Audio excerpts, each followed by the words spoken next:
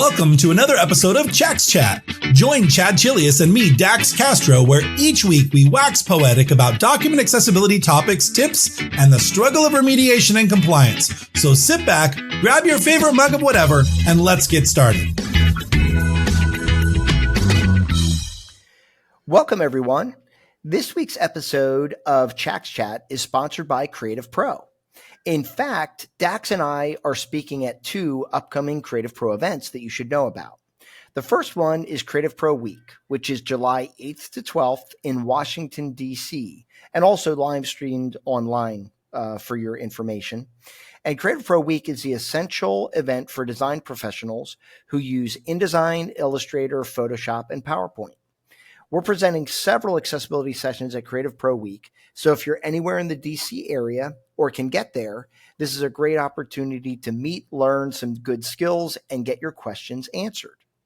The next event is October 8th to 11th, and that is the 5th annual Design and Accessibility Summit. And we're pleased to say— 5 years, Chad? I know. 5 years, that's pretty crazy. Wow. I mean, yeah.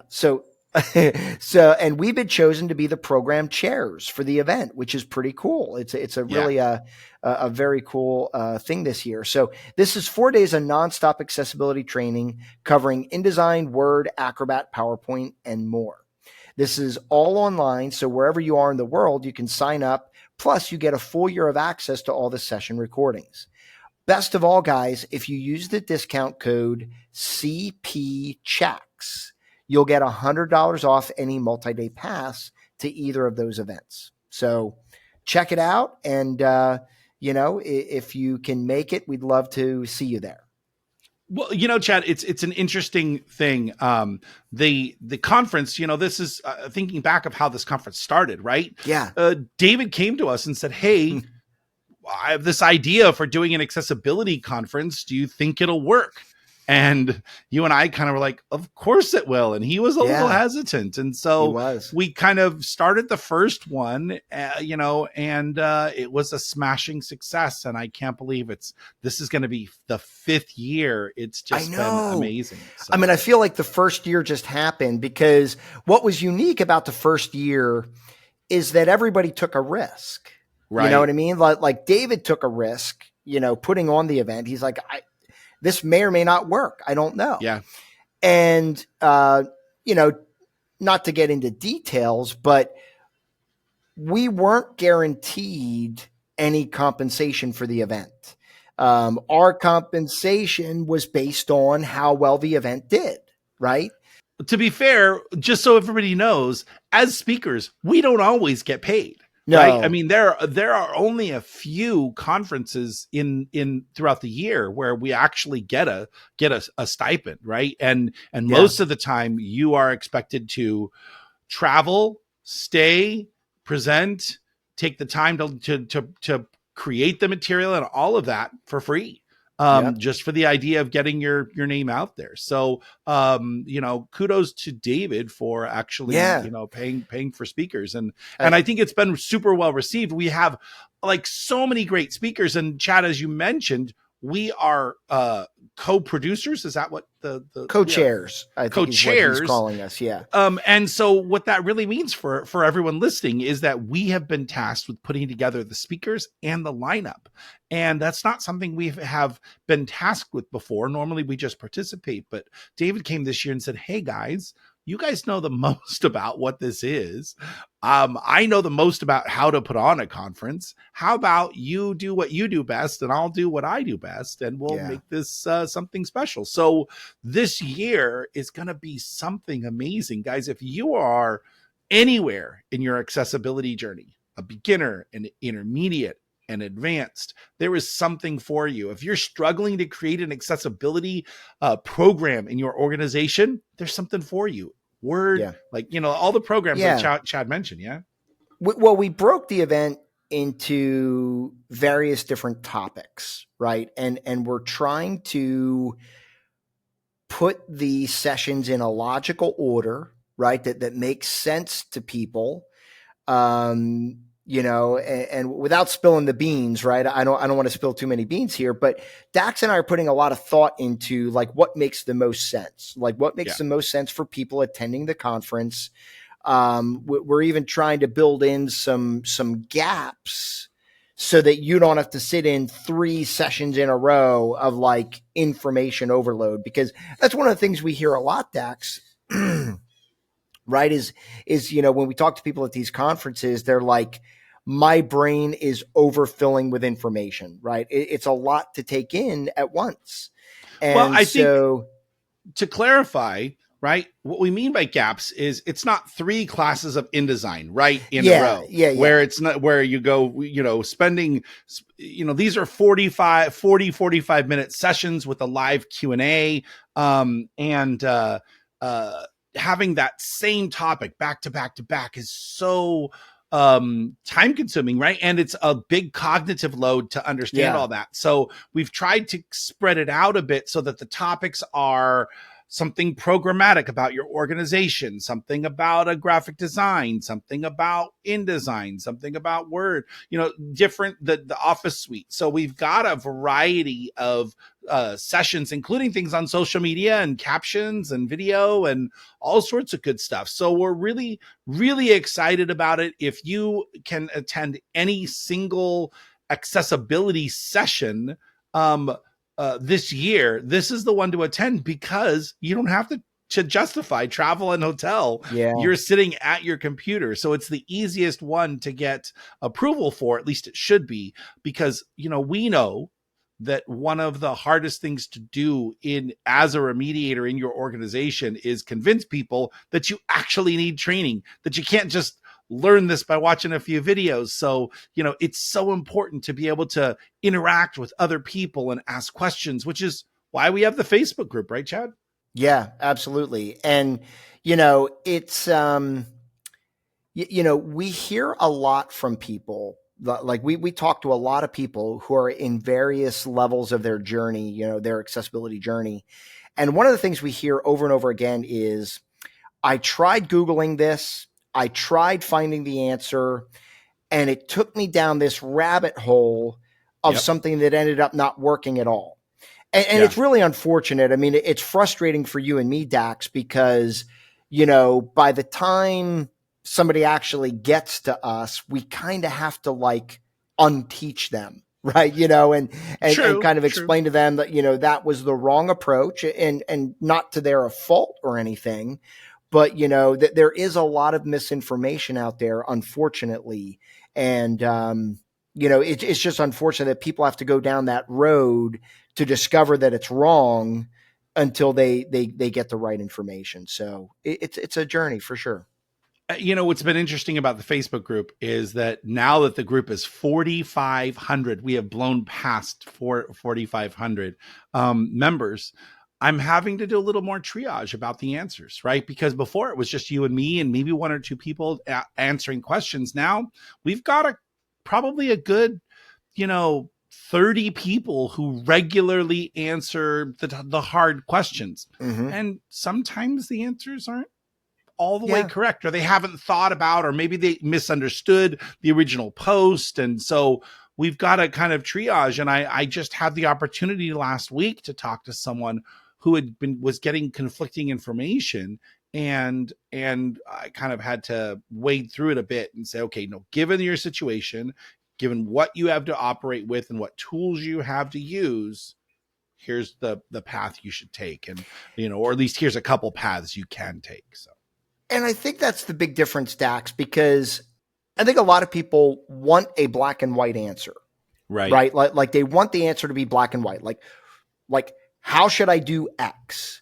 Right. And you and I typically step in and we're like, well, give me some more information. Like tell me a little bit more about what you're trying to accomplish. You and I say all the time, ask what you want the user experience to be, right? For one.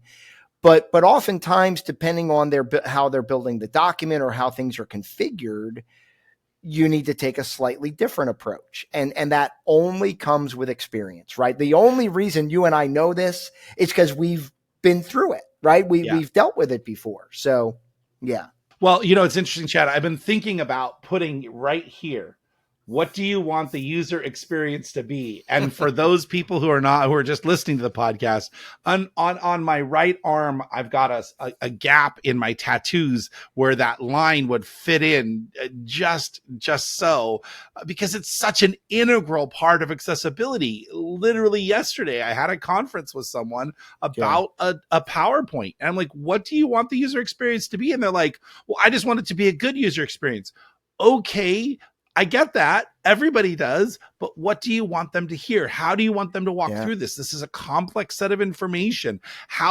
Envision in your head how they're going to step through this, what you want them to take away from it, right? And when you ask yourself those questions, now you're like, okay, well, in this org chart, I want them to know that there are 6 people underneath this manager. I want them to know the relationship between the C-suite and the silos that are in the regional offices. Once you start being able to identify those goals, now we can start creating solutions that, make that happen. And that may be a series of alt text or headings, or, using a combination of both, or, a list. I mean, all sorts of different things, but the right solution really depends on the path you want to take. And you just reiterated, what I was saying about the answer is very seldom black and white, right? Yeah. So to get the right answer, you have to ask the right question. Yeah. And if you can answer that question, now all of a sudden we can get to the answer, right? Yeah. And Dax, I just happen to have a gap too. Where you have a big giant one. I am so waiting for you to start getting tattoos, Chad. I keep feeling like someday I'm going to show up to a conference and you're going to come up and go, "Hey, Dax, check this out. It's the Chax Chat. It's the Chax Chat logo, man." Maybe someday. Someday. Cool. Well, Chad, so today, I know that was kind of a long segue into the beginning of the podcast of what we're going to talk about, but I think those are all important topics. And I wouldn't say that we haven't started the topic of the day yet. I think it's, the thing, but the one thing we did forget is I kind of preempted your introduction, right? We normally start out with who we are and where we My name is Chad Chelius. And my name is Dax Castro, right? And of course, we're both certified by the International Association of Accessibility Professionals as accessible document specialists. Chad and I are both trained by Adobe. Chad, you're an Adobe certified trainer, and I'm a Adobe certified PDF accessibility trainer. If you want your certification, head on over to accessibilityassociation.org/certifications and learn more information about the IAAP. Chad, I was talking with Rob Haverty at Adobe recently, and he may be opening up the Adobe PDF accessibility trainer certification. And oh, cool. Yeah, we'll see how that goes. We had a good conversation about that.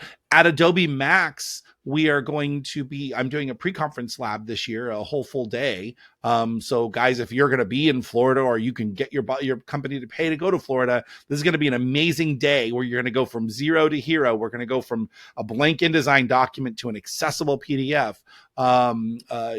Check out that pre-conference lab. But, Rob and I were talking about maybe having the certification at Adobe Max as a kind of a place to go every year to get that certification. But I think that'd be a great idea. Yeah.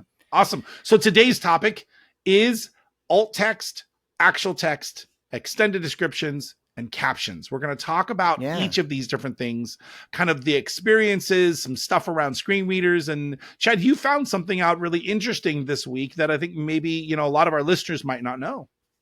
Yeah. So last week I spent a couple of days in Springfield, Illinois. I was teaching a bunch of folks at the Illinois Assistive Technology Program. I think I got that right. And I worked with Jessica and Karen at that group, as well as a couple of other folks there. But Karen actually was the one, that made me aware of something that recently changed in Adobe InDesign, right? And we've talked about this numerous times on the podcast, where, and we've given the backstory too, but when you add alt text to a hyperlink, it would add it to the contents key, which is what the standard is requiring. But we discovered that the assistive technology, JAWS and NVDA, doesn't read it. Right. And so what Adobe did, and you know this because you had a discussion with somebody at Adobe about this problem.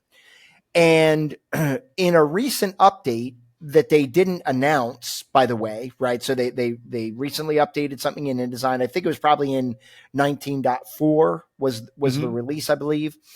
And Adobe is now adding the alt text for a hyperlink to the contents key as well as to the alt text field. And so that satisfies multiple requirements. So now assistive technology is reading that alt text, and then we're also adding it to the contents key to make the standard happy, and basically killing two birds with one stone. Well, the net result, the reason this all became a thing is because people were adding alt text. In InDesign, you can go in, create a hyperlink, go to the accessibility tab and add your description. And if I've just spent an hour writing meaningful descriptions for 50 links in my document, and I go to export to Acrobat and none of it's being voiced, I'm thinking to myself, why the heck did I just spend all that time putting it together, all of that stuff, when it's not being voiced? So, in InDesign, the InDesign team now realized that NVDA didn't voice the content key. So they've now basically copied that into the alt text field so that it can be. And so that's a really great thing. So it is worth mentioning that there is a pre-flight fix up for taking the content key entry, for taking the URL that is the hyperlink, whatever is the hyperlink, and dumping it into the content key entry field. So if you have a PDF that doesn't have alt text set up for hyperlinks nor the content key entry, and you try to pass a checker like the pack checker, it's going to say, hey, none of your links have descriptions. And so you can go in to pre-flight, to print production, then pre-flight, and then you do select the single blue, the blue wrench icon, which is the single fix up, and then start typing the word content, and you'll see that link pop up for adding the content key entry. And the nice thing is you just click one button and it just does it for all your hyperlinks. It satisfies the checker. I'm not sure I'm a fan of it because all it's doing is satisfying the checker. It's not really providing that meaningful alt text. But to the point, though, the whole reason that the standard exists is that the idea is that the Web Content Accessibility Guideline says, hey, if you have a hyperlink, I should be able to know where it's going to go based on either context clues from the sentence or from the hyperlink itself. That's the AA requirement. The AAA requirement is I should always be able to know where I'm going specifically from the actual URL itself. And so depending upon, most people aren't trying to satisfy AAA requirements, but the AA requirement says you should describe your links, right? And that's, so that I know I'm going to go download a 50 meg PDF or I'm going to go watch a video, and those two experiences are completely different, right? Yeah, absolutely. Depending on your situation, right? You and I always try to encourage people to make sure that your links contain meaningful text. But the flip side of that is that, a lot of times people are building these documents for people who are going to read them digitally. Yep. As well as people who are going to print them out and read them. And if they're going to print them out, then they need what I call an implicit URL, right? Like a URL that's spelled out http:// whatever the URL is. And again, I told the story about my colleague who was not a fan of adding alt text to those links. But it's it is what it is, right? I mean, if you put implicit links in there, somebody using assistive technology is simply going to hear http:// whatever it is. Right. Not a great experience, but it is what it is. I mean, that's what the author intended, and unfortunately, that's what you need to hear. Unless we add alt text to it. Yeah. Right. But I think the principle here is that I want instruction on what's going to happen. If it says click here to get more information about the 2023 earnings report, does that mean I'm going to go to YouTube and watch a video, or Vimeo and watch a video, or download a PDF? Maybe I'm going to download a Word doc. Who knows what it is that where I'm going? And, is that PDF, we've seen them, Chad, 450 meg PDF, or is it a 12K Word doc, right? That experience is what I care about. When I think about alt text and hyperlinks and why the WCAG standard exists, it's to give instruction. So if you're going to put an implicit link in a document and it's this long, word salad of letters, after that link in parentheses, put PDF, 19 megabytes, right? Or a video or something to give me an idea, even in print, what's going to happen when I go to that URL, so that I'm prepared for the right experience. Because downloading a PDF, it's just going to happen in the background, right? Or maybe I got to go to a web page and fill out a form, or it's going to open YouTube and start playing a video.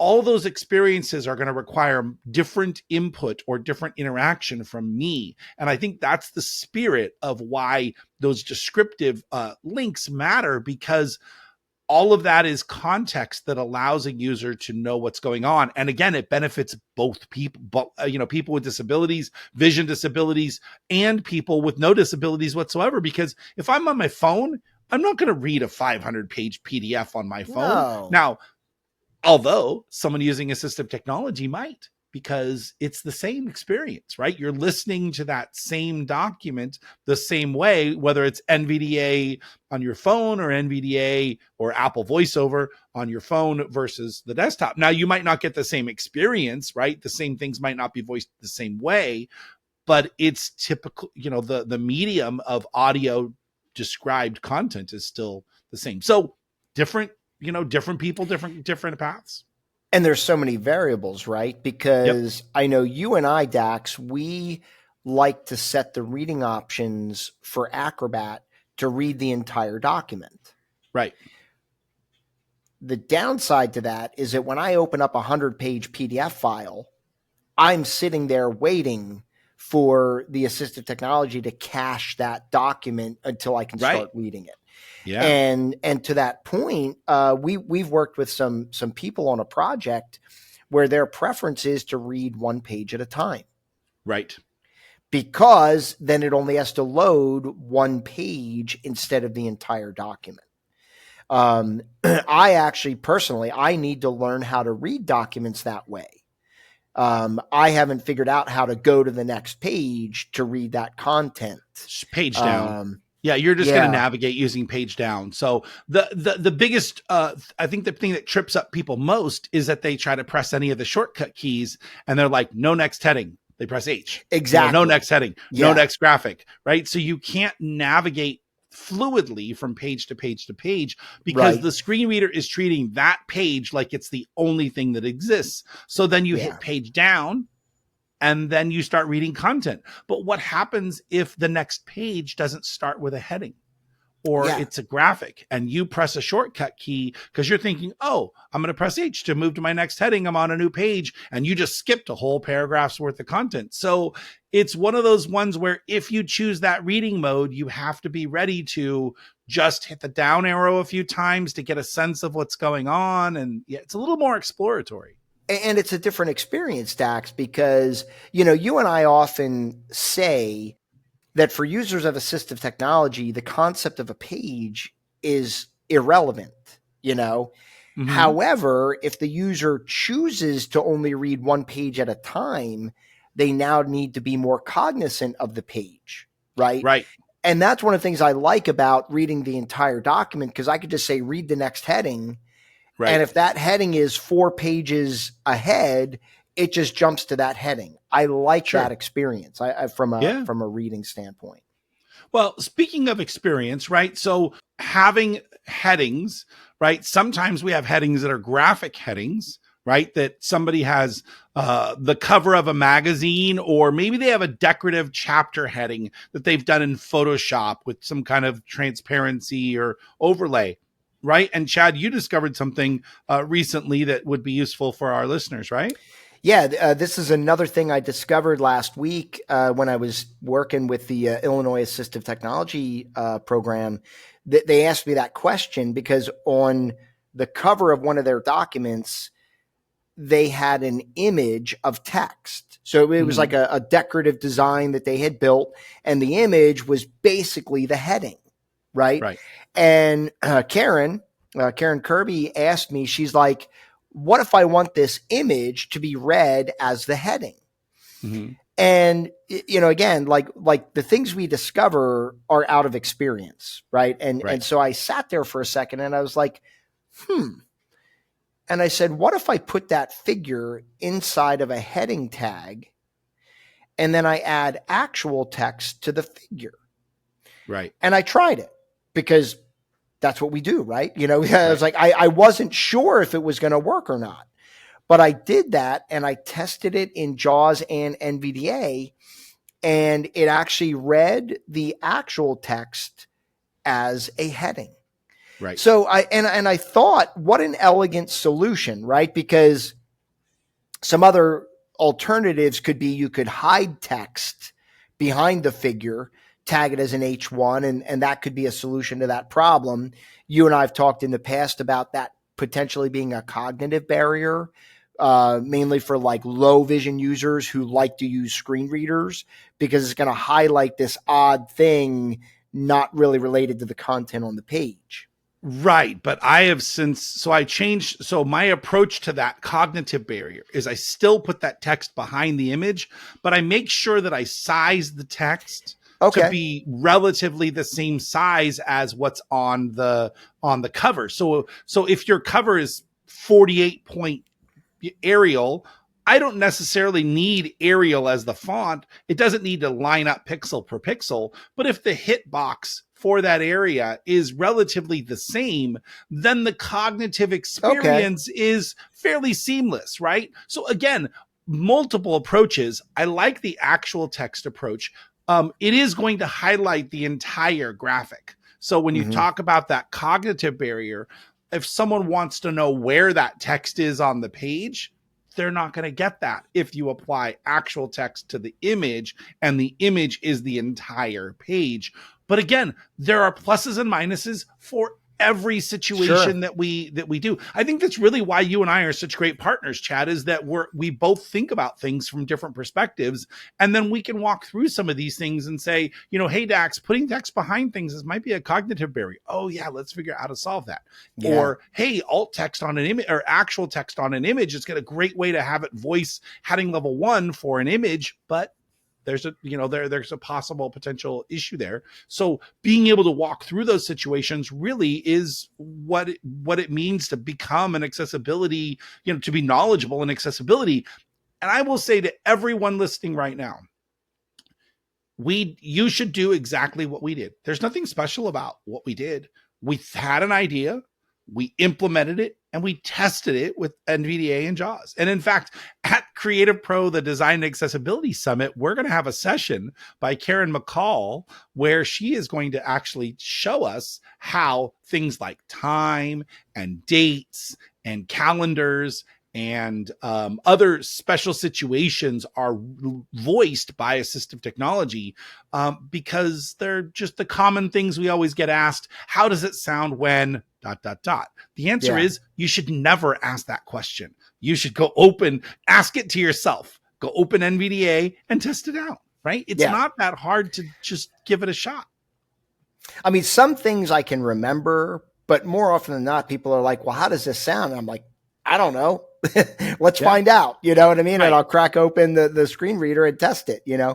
I mean, I remember you did that video that we could put in the show notes on how time is read using screen readers. And that was a really good eye opener to people, because some of them read really bad. Like it'd say 7:00 A.M. And you're like, wow, that's really not a great experience. When you write 7 a.m. as 7, no space, A period, M period, it says 7 A.M.